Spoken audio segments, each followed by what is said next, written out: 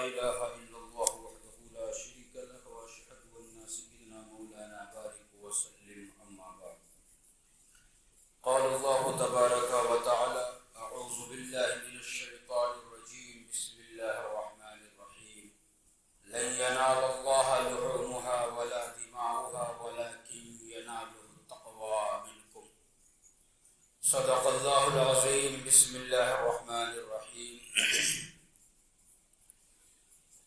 رب اشرح لي صدري ويسر لي امري واحلل عقدة من لساني يفقهوا قولي.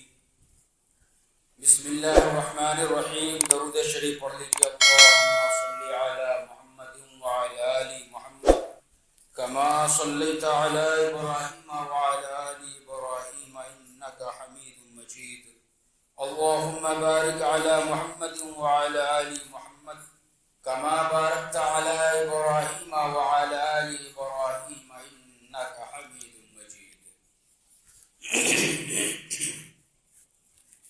محترم بزرگوں، دوستوں اور عزیز ساتھیوں، اللہ تبارک و تعالیٰ کا لاکھ شکر و احسان ہے کہ اللہ تبارک و تعالیٰ نے ہم سبوں کو جمعہ کا مبارک دن عطا فرمایا اور جمعہ کی نماز ادا کرنے سے پہلے چند باتیں قرآن و حدیث کی روشنی میں سننے اور سنانے کا موقع عطا فرمایا. میرے دوستو، اسلامی کیلنڈر کے اعتبار سے یہ ذی الحجہ کا مہینہ چل رہا ہے اور آج اس مہینے کا یہ دوسرا جمعہ ہے اور عرفہ کا دن بھی ہے، یعنی ذی الحجہ کی 9 تاریخ بھی ہے. میرے دوستو، گزشتہ جمعہ میں نے آپ حضرات کے سامنے عشرہ ذی الحجہ کی فضیلت کے اوپر گفتگو کی تھی.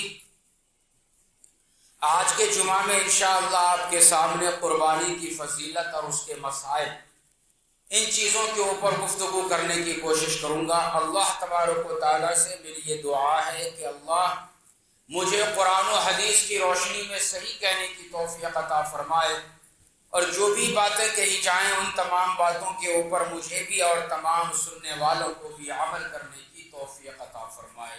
آمین ثم آمین. محترم بزرگوں، دوستوں اور عزیز ساتھیوں، اللہ تبارک و تعالیٰ نے قرآن کریم کے اندر فَصَلِّ لِرَبِّكَ وَانْحَرْ بیان فرمایا ہے.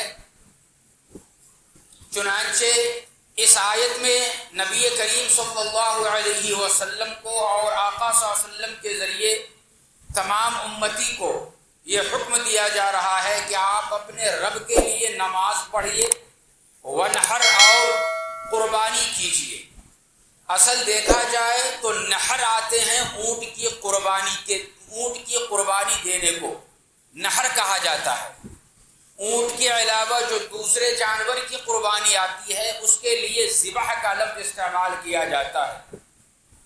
تو چونکہ جب یہ آیت نازل ہوئی اور قربانی کا حکم دیا گیا تو ظاہر سی بات ہے جو سب سے زیادہ جانوروں میں محبوب ہو ان کی قربانی نبی کریم صلی اللہ علیہ وسلم نے پیش کی. اور تمام جانوروں میں اس وقت میں اونٹ سب سے زیادہ محبوب جانور تھا، بہت ہی زیادہ پسندیدہ جانور تھا. اس لیے آقا صلی اللہ علیہ وسلم نے اونٹ کی قربانی پیش کی. میرے دوستو، حجۃ الوداع کا موقع ہے. نبی کریم صلی اللہ علیہ وسلم حج فرمانے کے بعد جب قربانی کرنے کی نوبت آئی اور قربانی کرنے کا جب وقت آیا تو آقائے دو جہاں محمد مصطفیٰ صلی اللہ علیہ وسلم نے 100 اونٹ کو اللہ کے لیے قربان کیا. ان میں سے 63 اونٹ یعنی 63 عدد اونٹ کو نبی کریم صلی اللہ علیہ وسلم نے خود اپنے ہاتھوں سے ذبح کیا ہے. اور روایت میں بات آتی ہے کہ جب نبی کریم صلی اللہ علیہ وسلم اونٹ کو ذبح کر رہے تھے تو اونٹ دوسرے اونٹوں کے اوپر سبقت کرتا تھا. یعنی ہر اونٹ کی یہ خواہش ہوتی تھی کہ نبی کریم صلی اللہ علیہ وسلم کے ہاتھوں میں پہلے ذبح کیا جاؤں. اس لیے اونٹ آگے بڑھ کر کے خود سے آتے اور پھر ذبح ہونے کو تیار ہوا جایا کرتے تھے، تو یہ اونٹ کے اندر سبقت تھی، خواہش تھی کہ ہم نبی کریم صلی اللہ علیہ وسلم کے ہاتھ سے ذبح ہو جائیں۔ تو 63 اونٹ کو نبی کریم صلی اللہ علیہ وسلم نے خود ذبح کیا۔ اس کے بعد 100 میں سے ما بقیہ اونٹ جو رہ گئے، اس اونٹ کو حضرت علی رضی اللہ تعالی عنہ سے آپ نے ارشاد فرمایا کہ ما بقیہ اونٹ کو آپ ذبح کرو۔ چنانچہ 37 اونٹ 37 جو بچ گئے اس کو حضرت علی کرم اللہ وجہ نے ذبح کیا۔ اور اس کے علاوہ نبی کریم صلی اللہ علیہ وسلم مدینہ کے اندر 10 سال رہے ہیں۔ یہ پورے 10 سال میں نبی کریم صلی اللہ علیہ وسلم نے کبھی قربانی کا ناغہ نہیں کیا، ہر سال آپ نے قربانی کی ہے، دمبے کی قربانی دی ہے۔ اور ایک روایت میں ہے کہ آقا صلی اللہ علیہ وسلم 2 جانور خرید کر کے لاتے تھے، اسے قربان کرتے تھے۔ تو پوچھنے والوں نے پوچھا کہ آقا صلی اللہ علیہ وسلم آپ 2 کی قربانی دیتے ہیں، آخر وجہ کیا ہے؟ تو آپ نے ارشاد فرمایا کہ ایک میری طرف سے ہے اور دوسرے جانور کی قربانی، دوسرے دمبا کی قربانی میری امتی کے ان لوگوں کی طرف سے ہیں جو غریب ہیں، جن کے پاس استطاعت نہیں ہے کہ وہ قربانی کر سکے، تو میں ان کی طرف سے ایک قربانی کر رہا ہوں۔ اور یہ سلسلہ پورا 10 سال نبی کریم صلی اللہ علیہ وسلم نے جاری رکھا۔ تو میرے دوستو، قیامت تک آنے والے مسلمان جو بھی صاحب استطاعت نہیں ہیں، جو بھی غریب ہیں، قربانی کے اوپر قادر نہیں ہیں، ان سبوں کی طرف سے مسلسل 10 سال ہم سب کے نبی محمد مصطفیٰ صلی اللہ علیہ وسلم نے قربانیاں دی ہیں۔ لہٰذا جب اللہ نے ہمیں اور آپ کو مال و دولت سے نوازا، اتنا اللہ نے مال دیا ہے کہ آپ خود اپنی طرف سے قربانی کرنے کے علاوہ اتنا مال بچ رہا ہے کہ آپ دوسروں کی طرف سے بھی قربانی دے سکتے ہو۔ تو سب سے پہلے ہمیں یہ چاہیے کہ ہم نبی کریم صلی اللہ علیہ وسلم کی طرف سے قربانی دیں۔ اللہ توفیق فرمائے۔ تو میرے دوستو، نبی کریم صلی اللہ علیہ وسلم نے جب قربانی دیا تو صحابہ کرام نے سوال کیا۔ سوال یہ تھا، یہ نہیں تھا کہ قربانی آپ کیوں دے رہے ہیں، نعوذ باللہ من ذالک، اور مال کو کیوں ضائع کر رہے ہیں۔ آج کئی لوگوں کا یہ اعتراض ہے کہ قربانی، کئی طرح کا اعتراض۔ ایک صاحب نے اعتراض کیا کہ جو شخص 5 وقت کی نماز نہیں پڑھتا، وہ اگر قربانی دے تو اس کی قربانی قبول نہیں ہوگی۔ اور اس نے کہا فصلی لربک وانحر، اللہ سب سے پہلے نماز کا حکم دے رہا ہے کہ پہلے نمازی بنو پھر قربانی دو۔ یہ اعتراض ہے۔ یہ اعتراض کر کے ان لوگوں کے دلوں میں شک و شبہ پیدا کرنے کی کوشش کی جا رہی ہے جن کا لگاؤ قربانی کی طرف ہے اور وہ دینا چاہتے ہیں۔ جب وہ یہ بات سنیں گے تو ایسی صورت میں شش و پنج میں مبتلا ہوگا اور وہ قربانی سے اپنے قدم کو پیچھے ہٹا لے گا۔ یاد رکھیے، مفسرین کرام نے یہ بیان فرمایا ہے اس آیت کے تعلق سے، اور مسئلہ بیان فرمایا کہ فصلی لربک وانحر، اپنے رب کے لیے نماز پڑھیے اور پھر قربانی دیجیے۔ اس کا مطلب یہ ہے کہ جب آپ عید الاضحیٰ کے دن قربانی دے رہے ہوں تو ایسی صورت میں سب سے پہلے قربانی دینے سے پہلے آپ کو عید الاضحیٰ کی نماز پہلے ادا کرنی ہے۔ اگر آپ عید الاضحیٰ کی نماز ادا نہیں کریں گے اور نماز ادا نہ کرنے سے پہلے آپ نے قربانی دے دی تو پھر آپ کی قربانی نہیں ہوگی۔ یہ اصل مطلب ہے اس آیت کا۔ تو میرے دوستو، جہاں بھی عید کی نماز ہوتی ہیں وہاں پہ مسئلہ یہی بیان کیا گیا کہ پہلے عید کی نماز پڑھو پھر اس کے بعد قربانی دو، کیونکہ نبی کریم صلی اللہ علیہ وسلم کا عمل بھی سیم ٹو سیم ایسا ہی تھا۔ ہاں البتہ وہ قریہ، وہ گاؤں جہاں عید کی نماز نہیں ہوتی ہے، مسلمانوں کی تعداد عید کی نماز پڑھنے کے جو مطابق جو شرائط ہیں وہ نہیں پائی جاتی، جس کی وجہ سے عید کی نماز اس گاؤں کے اندر نہیں ہوتی، تو ایسی صورت میں پھر اس گاؤں کے لیے یہ مسئلہ ہے کہ جب عید کی نماز ہوتی ہی نہیں ہے، پھر قربانی بھی اسے دینی ہے چونکہ واجب ہے صاحب استطاعت کے اوپر، تو اب وہ لوگ جہاں عید کی نماز نہیں ہوتی ہے جس گاؤں میں، وہ گاؤں والے بغیر عید کی نماز پڑھے قربانی کریں گے تو ان کی قربانی کو اللہ انشاءاللہ قبول فرمائے گا۔ علماء کرام نے مسئلہ بیان فرمایا کہ اب وہ لوگ جن کے گاؤں میں عید کی نماز نہیں ہوتی ہے تو اب وہ قربانی کس وقت میں کرے، تو بیان فرمایا کہ فجر کے بعد کر لے، ایک مسئلہ۔ دوسرا مسئلہ اور بہتر یہ بتلایا کہ سورج کے طلوع ہونے کے بعد وہ قربانی کر لے، قربانی ہو جائے گی۔ تو اس سلسلے میں ایک مسئلہ آیا، بیان فرما دیا۔ تو میرے دوستو، صحابہ کرام نے پوچھا سوال کہ ہم جو قربانی کریں گے تو اس کا ثواب کیا ہوگا؟ تو نبی کریم صلی اللہ علیہ وسلم نے ارشاد فرمایا کہ جانور کے بدن پہ جتنے بال ہیں اس بال کے برابر اللہ تبارک و تعالی نیکیاں عطا فرمائے گا۔ تو ایک صحابی رسول کھڑے ہو کر پوچھا کہ اللہ کے نبی صلی اللہ علیہ وسلم، اگر اون والا جانور ہو، یعنی مینڈا اور دمبا جن کے بدن کے اوپر اون کی طرح بال ہوتا ہے، بالوں کا گچھا ہوتا ہے اس طریقہ پر، اگر وہ جانور قربان کریں تو اللہ کے نبی نے ارشاد فرمایا کہ اس جانور کے بدن کے اوپر بھی جتنے بال ہیں اس بال کے برابر اللہ تبارک و تعالی نیکیاں عطا فرمائے گا۔ ہم اپنے سر کے بال کو نہیں گن سکتے، سر تو چھوڑیے، ہمارے آنکھ کے اوپر جو بال ہے اس بال کو انسان نہیں گن سکتا، تو جانور کے بدن کے بال کو کس طریقہ پر گن سکتا ہے؟ جس طریقہ پر لا تعداد بال جانور کے بدن پہ ہوا کرتا ہے، اسی طریقہ پر لا تعداد نیکیاں اللہ تبارک و تعالی قربانی کرنے والے کو انشاءاللہ عطا فرمائے گا۔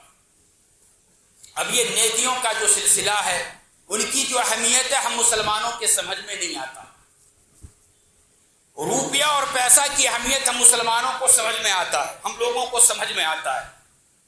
اگر یہ کہہ دیا جاتا کہ جانور کے بدن پہ جتنے بال ہیں ہر بال کے برابر 100 روپیہ ملے گا، تو جس کے اوپر قربانی واجب نہیں بھی ہے وہ بھی کرنے کو تیار ہوتا کہ ہر بال کے عوض 100 روپیہ ملے گا، جتنے کا جانور نہیں اس کا ڈبل ٹرپل ہمیں جو فائدہ ملنے والا ہے۔ تو پیسوں کی اہمیت ہے اس لیے ہمارا ایسا خیال ہوتا ہے، لیکن نیکیوں کی اہمیت ہمیں اس وقت میں معلوم ہوگی جب ہم اور آپ اس دنیا سے پردہ فرما جائیں گے، آخرت کے اندر جب ہم چلے جائیں گے، میدان حشر جب قائم ہوگا اور وہاں پہ جب حساب و کتاب ہوگا نا، اس وقت میں انسان کو نیکیوں کی اہمیت معلوم ہوگی۔ میرے دوستو یاد رکھیں، جس طریقہ پر اس دنیا کے اندر انسان جس قدر مالدار ہوتا ہے، روپیہ پیسہ والا ہوتا ہے، اتنی ہی زیادہ عزت کی نگاہ سے لوگ اسے دیکھتے ہیں۔ بہت ہی زیادہ مالدار ہے، بہت روپیہ پیسہ ہے اور لوگوں کے اوپر خرچ بھی بہت زیادہ کرتا ہے، تو لوگ انہیں کی عزت کرتا ہے، عزت کی نگاہ سے دیکھتا ہے۔ کہیں سے وہ آتا ہے تو اسے بیٹھنے اور ٹھہرنے کو کہتا ہے۔ تو روپیہ پیسے کی وجہ سے انسان کی اہمیت اور اس کی عزت عام طور پہ دنیا میں بڑھ جاتی ہے۔ یاد رکھیے اسی طریقہ پر آخرت کے اندر جن کے نام اعمال کے اندر جتنی زیادہ نیکیاں ہوں گی اتنی ہی زیادہ اللہ تبارک و تعالیٰ کے نزدیک وہ شخص باعزت ہوگا۔ تو اگر ہم یہ چاہتے ہیں کہ اللہ کے نزدیک ہم اور آپ باعزت ہوں، تو اللہ تبارک و تعالیٰ نے قربانی کی شکل میں ایک موقع دیا ہے کہ جو صاحب استطاعت ہیں انہیں تو کرنا ہی ہے، ان کے اوپر واجب ہیں، لیکن جو صاحب استطاعت نہیں ہے پھر بھی اگر وہ کرنا چاہتے ہیں تو وہ بھی کریں، اللہ اس کو بھی ثواب عطا فرمائے گا، اور اتنا ثواب عطا فرمائے گا کہ اللہ تبارک و تعالیٰ ان کو عزت کی نگاہ سے دیکھے گا اور ان کے درجات کو آخرت میں اللہ بلند فرمائے گا۔ اللہ ہم میں سے ہر صاحب استطاعت اور صاحب نصاب کو قربانی کی توفیق عطا فرمائے۔ اب میرے دوستو یاد رکھیے کہ قربانی کن لوگوں کے اوپر واجب ہے، اس مسئلے کو بھی سمجھیے۔ قربانی صاحب نصاب کے اوپر واجب ہے۔ موٹے طور پہ آپ یہ سمجھ لیجئے کہ جن مسلمان مرد و خواتین کے اوپر زکوٰۃ واجب ہے، ان مسلمان مرد و خواتین کے اوپر قربانی بھی واجب ہے۔ لیکن یہاں پہ ایک باریکی آپ کو سمجھنا پڑے گا، زکوٰۃ کے نصاب میں اور قربانی کے نصاب میں دو بنیادی طور پہ فرق ہے۔ پہلا فرق یہ ہے کہ زکوٰۃ کے اندر 4 چیز کو نصاب بنایا گیا ہے، لیکن قربانی کے اندر 5 چیز کو نصاب بنایا گیا ہے۔ 4 چیز زکوٰۃ میں جو نصاب ہے وہ ہے سونا، چاندی، روپیہ پیسہ اور مال تجارت۔ قربانی کے اندر ان 4 چیز کے علاوہ 5ویں چیز ہے ضرورت سے زیادہ سامان۔ ضرورت سے زیادہ سامان کا مطلب یہ ہے کہ آپ کے پاس 5-6 گاڑیاں ہیں، آپ 2 گاڑیوں کا استعمال کرتے ہیں، باقی 4 گاڑیاں آپ نے یوں ہی رکھ رکھا ہے، تو یہ ہو گئی ضرورت سے زیادہ سامان۔ کپڑے آپ استعمال کرتے ہیں، 15 جوڑا آپ کے پاس ہے، 10 جوڑا اس میں سے آپ استعمال کرتے ہو، بامبقیہ 5 جوڑا آپ نے یوں ہی رکھ رکھا ہے، یہ ضرورت سے زیادہ سامان۔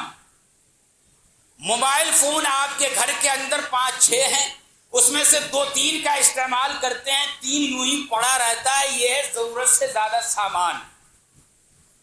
تو ضرورت سے زیادہ سامان اگر ہے اور وہ ضرورت سے زیادہ سامان کی قیمت 52.5 تولہ چاندی کی قیمت کو اگر پہنچ جا رہا ہے، تو اب ایسی صورت میں یہ ضرورت سے زیادہ سامان بھی نصاب میں شمار کیا جائے گا، اور نصاب کے بقدر اس کی قیمت پہنچ گئی تو وہ صاحب نصاب ہوگا اور ایسے شخص کے اوپر قربانی واجب ہو جائے گی۔ تو ایک فرق ہوا کہ ضرورت سے زیادہ سامان قربانی میں ایڈ کیا گیا، زکوٰۃ کے اندر اس چیز کو نہیں رکھا گیا۔ اور دوسرا جو بنیادی فرق ہے وہ یہ ہے کہ زکوٰۃ کے اندر نصاب کے بقدر جو مال ہے ان کے اوپر حولان حول کا شرط رکھا گیا، یعنی اس مال کے اوپر 1 سال گزرنا ضروری ہے، جبکہ قربانی کے اندر نصاب کے بقدر مال کے اوپر سال کا گزرنا ضروری نہیں ہے۔ قربانی کے 3 دن ذی الحجہ کی 10 تاریخ، 11 تاریخ اور 12 تاریخ، ان 3 دنوں میں سے کسی ایک دن بھی کوئی مسلمان نصاب کے بقدر مال کا مالک ہو گیا تو پھر وہ اس شخص کے اوپر قربانی واجب ہو جائے گی۔ علماء کرام نے یہاں تک مسئلہ بیان فرمایا کہ قربانی کا 3را دن 12 ذی الحجہ کہ سورج ڈوبنے سے اتنا دیر پہلے مالدار ہو گیا ایک غریب آدمی، جتنے دیر میں وہ جانور کو آسانی سے خرید کر کے ذبح کر کے لوگوں میں تقسیم کر سکتا ہو، اتنا دیر اگر ان کے پاس اگر مال آ گیا تو ویسی صورت میں یہ شخص صاحب نصاب سمجھا جائے گا اور اس کے اوپر قربانی واجب ہو جائے گی۔ تو اس مسئلے کو میرے دوستو بنیادی طور پہ یہ فرق ہے، آپ اسے یاد رکھیے۔ تو ہم اور آپ اپنے گریبان میں جھانک کر کے دیکھیں کہ ہم صاحب نصاب ہیں یا نہیں۔ 52.5 تولہ چاندی کے برابر اگر کسی کے پاس روپیہ پیسہ ہے، مال تجارت ہے یا ضرورت سے زیادہ سامان ہے، تو ایسی صورت میں یہ شخص نصاب مال صاحب نصاب سمجھا جائے گا اور اس شخص کے اوپر قربانی واجب ہو جائے گی۔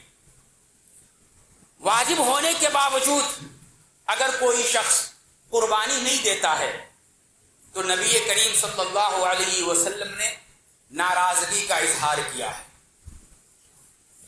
چنانچہ فرمایا کہ جو شخص استطاعت کے باوجود قربانی نہ کرے، انہیں چاہیے کہ وہ ہماری عیدگاہ کے قریب بھی نہ آئے، یعنی عید کی نماز وہ نہ پڑھے۔ یہ نبی کریم صلی اللہ علیہ وسلم نے ناراضگی کا اظہار کیا ہے کہ قربانی کو اللہ نے واجب قرار دیا، اور عید الاضحیٰ کے دن اللہ تبارک و تعالیٰ کو تمام عبادتوں میں سب سے بہترین عبادت قربانی کے جانور کو ذبح کرنا اور اس کا خون بہانا ہے۔ اس سے بڑا اور پسندیدہ عمل اللہ کے نزدیک اس دن کچھ بھی نہیں ہے۔ اتنا بڑا پسندیدہ عمل اللہ تبارک و تعالیٰ کا کہ ادھر آپ نے جانور کے گلے کے اوپر چھری رکھا، اور ادھر اللہ تبارک و تعالیٰ نے آپ کے قربانی کو قبول فرما لیا۔ زمین پہ خون گرنے سے پہلے اللہ تبارک و تعالیٰ قربانی کو قبول فرما لیتا ہے۔ زمین پہ آپ نے جانور کو لٹایا ہوا ہے، گلے کے اوپر آپ نے چھری چلائی، خون کا قطرہ زمین پہ جانے میں کتنی دیر لگے گی؟ سیکنڈ بھی نہیں لگے گا، اور خون کا قطرہ زمین پہ پہنچے گا۔ اس سے پہلے اللہ تبارک و تعالیٰ اخلاص کے ساتھ قربانی دینے والے کی قربانی کو قبول فرما لیتا ہے، اور جانور کے ہر بال کے اوپر اللہ تبارک و تعالیٰ اسے نیکیاں عطا فرماتا ہے کہ یہ عجب رسم دیکھی کہ بروز عید قرباں، یہ عجیب رسم دیکھی کہ بروز عید قرباں وہی قتل بھی کرے ہیں وہی لے ثواب الٹا، کہ جانور کو ہم ذبح کر رہے ہیں، اور یہ ذبح کرنا اللہ تبارک و تعالیٰ کے نزدیک اتنا زیادہ مقبول عمل ہے کہ خون زمین پہ گرنے سے پہلے ہی اللہ نے قربانی کو قبول فرما لیا ہے، اور بدن پہ جتنے بال ہے جانور کے، اس بال کے عوض میں اللہ تبارک و تعالیٰ نیکیاں عطا فرماتا ہے۔ لہذا مسلمانوں، ہمیں چاہیے کہ ہم، اللہ نے قدرت دی ہے، استطاعت دی ہے، صاحب نصاب بنایا ہے، تو ہمیں چاہیے کہ ہم ضرور قربانی دیں۔ جب آپ جانور خریدنے کے لیے جاؤ تو آپ کچھ عیوب ایسے ہیں جن عیوب کے پائے جانے کی وجہ سے جانور کی قربانی درست نہیں ہوتی، اس عیب کو آپ جان لیجئے۔ ان میں سے پہلا عیب ہے جانور کا لنگڑا ہونا، ایسا لنگڑا ہونا کہ وہ 3 پاؤں کے اوپر چل رہا ہو، چوتھے پاؤں کو وہ زمین کے اوپر رکھتا بھی نہیں ہے، تو ایسے جانور کی قربانی درست نہیں ہے، جائز نہیں ہے۔ ہاں البتہ 4 پاؤں سے وہ چل رہا ہے لیکن ہلکا وہ لنگڑاتا ہے، تو ایسے جانور کی قربانی کو درست قرار دیا گیا ہے۔ پھر اس کے بعد دوسرا عیب ہے اندھا پن، جانور کی آنکھ کی بینائی تہائی طور پہ ختم ہو گئی ہو۔ ہم کیسے جانیں گے کہ یہ اندھا ہے؟ اس کے جانچنے کا طریقہ بیان فرمایا گیا کہ آپ ان کے سامنے چارہ رکھیے، اگر چارہ اسے نظر آ رہا ہے اور اسے وہ کھا رہا ہے تو مطلب یہ ہے کہ ان کی آنکھ کی بینائی مکمل گئی نہیں ہے، بلکہ بینائی ہے جس کے ذریعے سے وہ دیکھ رہا ہے۔ لیکن اگر وہ چارے کو نہیں دیکھ رہا، نہیں سمجھ رہا، نہیں چل رہا ہے، تو اس کا مطلب یہ ہے کہ ان کی آنکھ کی روشنی ختم ہو گئی ہے، اور ایسے اندھے جانور کی قربانی جائز نہیں ہوگی۔ اسی طریقہ پر جس جانور کا سینگ جڑ سے اکھڑ گیا ہو، سینگ کے بارے میں لوگوں کو ذرا شک و شبہ ہوتا ہے، یاد رکھیے اس کے بارے میں مسئلہ کہ سینگ اگر بیچ سے ٹوٹا ہوا ہے تو سینگ ٹوٹے ہوئے جانور کی قربانی جائز ہے، درست ہے، لیکن اگر سینگ جانور کے جڑ سے اگر اکھڑ گیا ہے تو جڑ سے اکھڑ جانے کی وجہ سے پھر اس جانور کے اندر عیب پایا گیا یہ، اور ایسے عیبدار جانور کی قربانی نہیں ہوگی۔ جڑ سے اگر سینگ اکھڑ گئی تو اس کی قربانی نہیں ہوگی۔ اسی طریقہ پر جانور کا کان کٹا ہو یا پھر دم کٹا ہو، تو کان کٹا اور دم کٹا جانور کی قربانی اس وقت میں درست نہیں ہوگی جب وہ کان اور دم 1/3 کے برابر کٹا ہوا ہو۔ مثال کے طور پر ہم یہ دیکھیں گے کان اور دم کے اندر جتنا اس کا سائز ہے اس کو ہم 3 حصہ کر لیں گے۔ کان ہے اس کا 3 حصہ کریں گے، تیسرے حصہ کے بقدر اگر اس کا کان کٹا ہوا ہے، تیسرے حصہ کے بقدر اگر جانور کا دم کٹا ہوا ہے، تو پھر ایسے جانور کی قربانی درست نہیں ہوگی۔ اگر تیسرے حصہ سے کم کٹا ہوا ہے تو یاد رکھیے پھر اس جانور کی قربانی درست ہو جائے گی۔ عام طور پہ ہم یہ دیکھتے ہیں جانور کا بیچنے والا کان کے اندر سوراخ ڈالے رہتا ہے نشان کے لیے، تو ایسے جانور کی قربانی درست ہوگی، وہ عیب اس کے اندر نہیں ہوگا، وہ نشان کے طور پہ ڈالا جاتا ہے۔ اور اسی طریقہ پر وہ جانور جس کا تھن سوکھ گیا ہو، دودھ جس سے نکلتا ہے، تو اس سلسلے میں آپ یاد رکھیے ایک جانور وہ ہے جس کے 4 تھن ہوتے ہیں اور دوسرا جانور وہ ہے جس کے 2 تھن ہوتے ہیں۔ 4 تھن والے جانور کا اگر ایک تھن سوکھا ہے تو ایسے جانور کی قربانی جائز ہوگی، لیکن 4 تھن والے جانور کا 2 تھن اگر سوکھ گیا ہے تو پھر ایسے جانور کی قربانی جائز نہیں ہوگی۔ 2 تھن والا اگر جانور ہے اس کا 1 تھن اگر سوکھ گیا ہے تو پھر ایسے جانور کی بھی قربانی نہیں ہوگی۔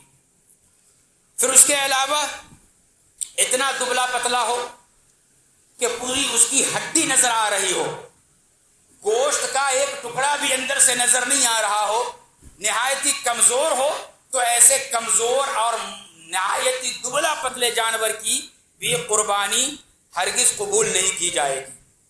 جانور کی عمر کیا ہوگی؟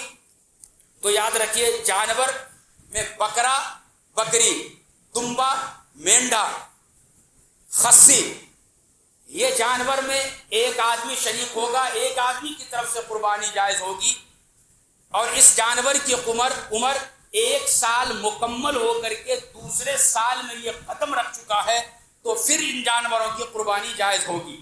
لیکن بھیڑ اور دمبے کے بارے میں علماء کرام نے مسئلہ بیان فرمایا کہ بھیڑ اور دمبا اگر دیکھنے میں بہت ہی زیادہ موٹا تازہ ہے وہ 6 مہینے کا، لیکن دکھنے میں 1 سال کا موٹائی کی وجہ سے لگ رہا ہے، تو پھر اس 6 مہینے کی دمبے کی قربانی بھی جائز ہوگی۔ اور اسی کے ساتھ دیکھیے گائے، بیل، بھینس، بھینسا، ان کی قربانی جائز ہے، اور ان میں جو ہے ایک جانور میں 7 آدمی شریک ہوں گے۔ ان جانور کی عمر 2 سال مکمل ہو کر کے تیسرے سال میں قدم رکھنا ہے، تب جا کر کے اس کی قربانی ہوگی۔ 2 سال سے کم اگر یہ جانور ہیں تو پھر ایسے جانور کی قربانی درست نہیں ہوگی۔ اونٹ 5 سال کا ہونا ضروری ہے۔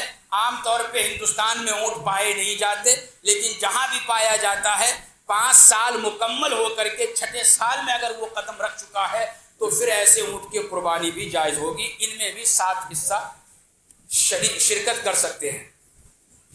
اس کے بعد ایک اور مسئلہ یاد رکھیے کہ گوشت کی تقسیم کا مسئلہ یہ ہے کہ اگر آپ پورا کا پورا گوشت خود کھانا ہے تو خود بھی کھا سکتے ہیں، لیکن مستحب طریقہ، نبی کریم صلی اللہ علیہ وسلم کا پسندیدہ طریقہ وہ یہ ہے کہ آپ 3 حصوں میں اس گوشت کو تقسیم کیجئے۔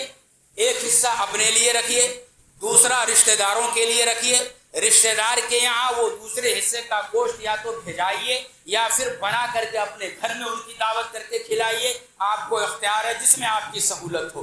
اور تیسرا حصہ غریبوں کے اندر صدقہ کیجیے، فقیروں کے اندر صدقہ کر دیجیے۔ اس کے بعد ایک اور مسئلہ یاد رکھیے، اگر کسی شخص نے منت مانی کہ اگر میرا فلاں کام ہو گیا تو میں اس آنے والے بقرعید میں جانور کی قربانی دوں گا، ایک حصہ یا پورا جانور، جو بھی ہو اس نے منت مانی، الحمدللہ اس کی منت مکمل ہو گئی تو اب وہ قربانی کرے گا۔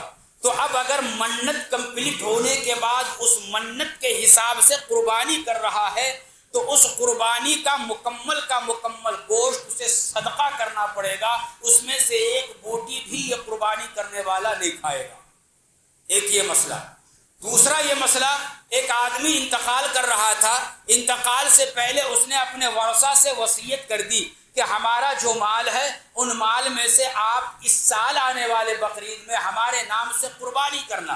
مرنے والوں نے وصیت کر دی، اب وہ بقرعید سے پہلے مر گیا، ان کی وصیت کے مطابق اب قربانی کی جا رہی ہے، تو ان کے نام سے جو قربانی ہوگی، چونکہ وصیت اس نے کیا تھا مرنے والوں نے، تو ان کا بھی گوشت پورا کا پورا غربا میں تقسیم کیا جائے گا۔ ہاں البتہ مرنے والوں نے وصیت نہیں کی، بیٹا اپنے باپ کی طرف سے یوں ہی باپ کی محبت میں قربانی کر رہا ہے مرے ہوئے باپ کی طرف سے، تو اب ایسی صورت میں اس گوشت کو اس کو اختیار ہے وہ پورا کا پورا خود کھا لے یا پھر 3 جگہ پہ تقسیم کر کے اسے جو ہے حصہ جو ہے تقسیم کر دے۔ عام طور پہ ایک غلطی کی جاتی ہے کہ گھر کے اندر جتنے بھی صاحب نصاب ہوتے ہیں ہر صاحب نصاب کے اوپر قربانی کرنا واجب ہے، لیکن تقریباً ایسا کیا جاتا ہے کہ گھر والوں نے باری لگا لی ہے، باپ بھی ہے، بیوی بھی ہے، 2-4 بچے بھی ہیں، سب کے سب نصاب کے بقدر مال کے مالک ہیں، لیکن باری یہ لگا لی ہے کہ یہ سال باپ کی طرف سے ہوگا ایک جانور، دوسرے سال ماں کی طرف سے، تیسرے سال بڑے بیٹے کی طرف سے، چوتھے سال مجلے اور سجلے بیٹے کی طرف سے، الغرض اس طریقہ پر باری لگا دی جاتی ہے، ایک ہی جانور ہر 4-5 افراد کی طرف سے قربان کیا جاتا ہے، کسی ایک کی طرف سے قربان کیا جاتا ہے۔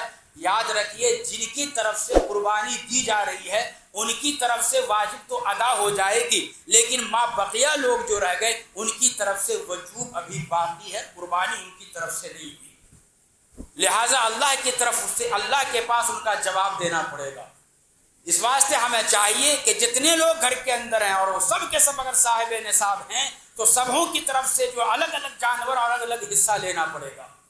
ہاں البتہ یہ مسئلہ ہے کہ بیٹا کما رہا ہے لیکن پوری کمائی باپ کو لا کر کے دے رہا ہے، اور باپ اپنے بچوں کی ضروریات کی تکمیل کر رہا ہے، یعنی ان کی ضرورت کے اوپر خرچہ کر رہا ہے، بیٹا کے پاس کچھ بھی پیسہ نہیں ہے نصاب کے وقت، تو اب ایسی صورت میں اگر باپ اپنی طرف سے صرف قربانی کرتا ہے تو قربانی ادا ہو جائے گی باپ کی طرف سے، بیٹا کے اوپر چونکہ نصاب کے بقدر ان کے پاس پیسہ نہیں رہ رہا ہے تو بیٹوں کے اوپر جو قربانی واجب ہی نہیں ہوئی۔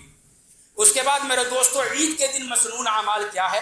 تو یاد رکھیے عید کے دن سویرے اٹھنا، فجر کی نماز جماعت سے پڑھنا، پانی نہانا، اور پانی نہانے کے بعد جو سب سے بہترین آپ کے پاس کپڑا ہے اس کپڑے کو پہننا، عطر و خوشبو اس کے اوپر لگانا، آنکھوں کے اندر سرما لگانا۔